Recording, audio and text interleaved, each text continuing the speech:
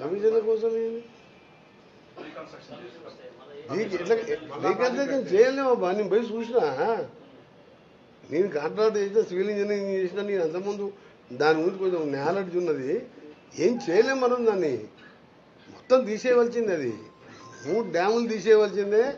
1 సంవత్సరం 2 సంవత్సరం గోదావరిలో ఒకసారి విపరీతమైన ఫ్లడ్స్ వస్తాయి. 3 వాష్ అవుతామని చెప్పి ఎన్డీఎస్ఏ మేధావులతో కూడిన సెంట్రల్ గవర్నమెంట్ చట్టపరంగా అనుభవించిన ఎన్డీఎస్ఏ ఇచ్చిన రిపోర్ట్ 3 కొట్టుకుపోతాయి.